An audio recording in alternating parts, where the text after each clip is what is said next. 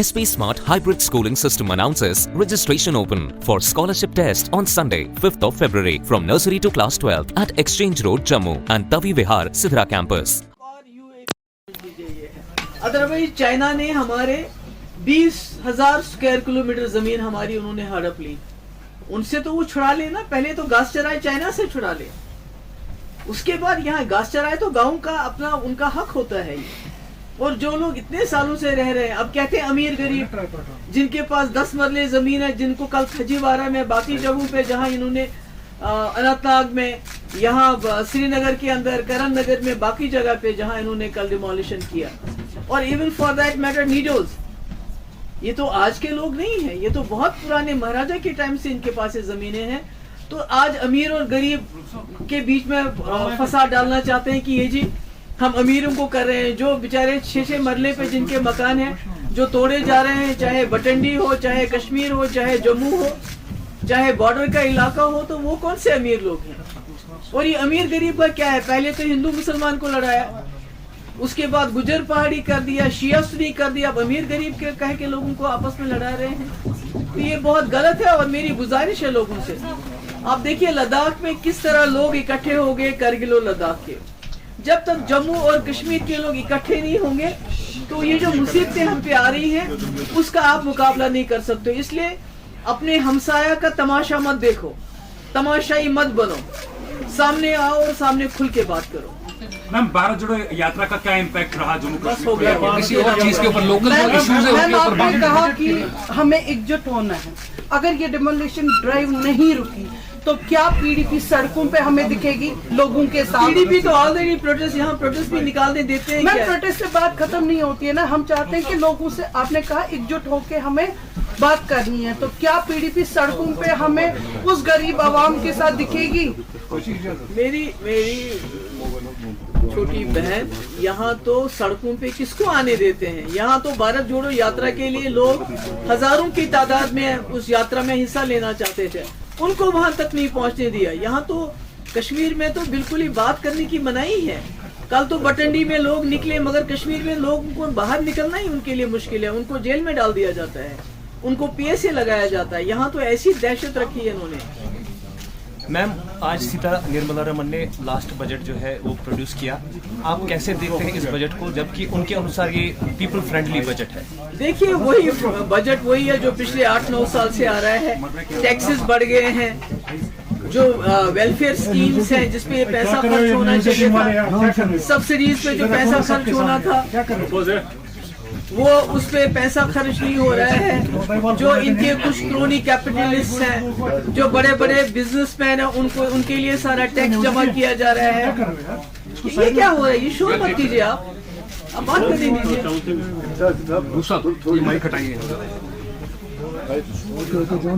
तो कहने का मकसद ये है कि जो टैक्सेस लगाए जा रहे हैं उसका फायदा आवाम को मिलना चाहिए था, क्योंकि टैक्स से तो लोगों की कमर तोड़ दी। आवाम को फायदा देने के बजाय जो वेलफेयर स्कीम्स हैं उनको खत्म किया जा रहा है, सब्सिडीज को खत्म किया जा रहा है। इस वक्त ये 8वां या 9वां बजट है इनका, और हिंदुस्तान की हालत ऐसी हो गई है कि जो लोग गरीबी की रेखा से ऊपर आ गए थे वो फिर नीचे चले गए हैं। आप 80 करोड़ लोगों को मुफ्त राशन देते हो, वो भी कम कर दिया, वो आप 4 किलो दे रहे हो। यानी आपने रोजगार का वादा किया था 2 करोड़, वो तो नहीं दे रहे हो, पर लोगों को नौकरियों से निकाल रहे हो। तो ये बजट कुछ बिजनेसमैन के लिए बजट बनाया जाता है, ये हिंदुस्तान के लोगों के लिए नहीं है, गरीबों के लिए नहीं है, ये सिर्फ कुछ बड़े लोगों के लिए। और जहां तक लैंड का सवाल है, जो यहाँ पर, मुझे ये बताइए, गवर्नर हाउस वो कहाँ पर है? बीबी कैंट वो कहाँ पर है? अगर ये कहते हैं कि हम बड़े लोगों से शुरू करें तो फिर गवर्नर हाउस से शुरू करें, बीबी कैंट से शुरू करें, ऐसा क्यों नहीं करते हैं? तो कोर्ट के इस ऑर्डर को कैसे देखते हैं आप? क्योंकि कोर्ट का भी इसमें ऑर्डर आया है कि स्टेट का ये अपना मसला है, वो खुद निपटे इससे। नंबर 1। नंबर 2 ये कि जम्मू में इस तरह की कार्रवाई नहीं देखी जा रही, जबकि more than 80% of land conquered and occupied by the state and the गाचराई लैंड। तो उसमें आप क्या कहेंगे? देखिए, जम्मू के लोगों ने रिएक्ट किया, कल बटंडी में लोग निकले, पर यहाँ कश्मीर में लोग बाहर नहीं आ सकते हैं। और दूसरा, मैं ये आपको बहुत ही कहना चाहती हूँ विद ग्रेट रिस्पॉन्सिबिलिटी, ये एक करप्शन का बहुत बड़ा हिस्सा है। अमीरों से पैसा लेना चाहते हैं और गरीबों से वोट लेना चाहते हैं, ताकि गरीब इतना मजबूर हो जाए, उसको बीजेपी ऑफिस में बुलाया जाता है, उसको बताया जाता है आपने बीजेपी को सपोर्ट करना है, और जो अमीर है उनके साथ अलग तरीके से उनको बताया जाता है आपको फलानी अफसर से मिलना है। ये भी करप्शन का एक बहुत बड़ा तरीका यहाँ इख्तियार किया गया है।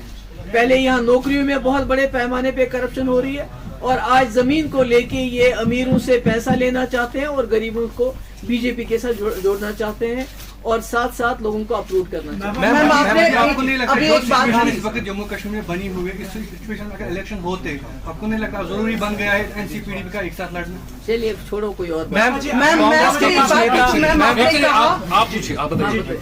अक्सर हमने देखा 5 अगस्त 2019 के बाद जब भी गवर्नमेंट की तरफ से कोई ऑर्डर जारी हुआ या किसी लॉ में अमेंडमेंट हुआ, तो डिफरेंट पॉलिटिकल पार्टीज ने लाइक टीडीपी, एनसी और आपकी जो लाइक माइंडेड पार्टीज है जो बीजेपी के अगेंस्ट इसके खिलाफ आवाज उठाई। इस पे हमने देखा 2, 3, 4 दिन आवाज उठाई गई, उसके बाद फिर खामोश। क्या आपको नहीं लगता है इसमें ऐसी स्ट्रेटेजी होनी चाहिए कि जिस तरह से फार्मर्स लॉ के खिलाफ बाज़ाब्ता एक प्रोटेस्ट हुआ और गवर्नमेंट मजबूर हुई उसको रोल बैक करने के लिए?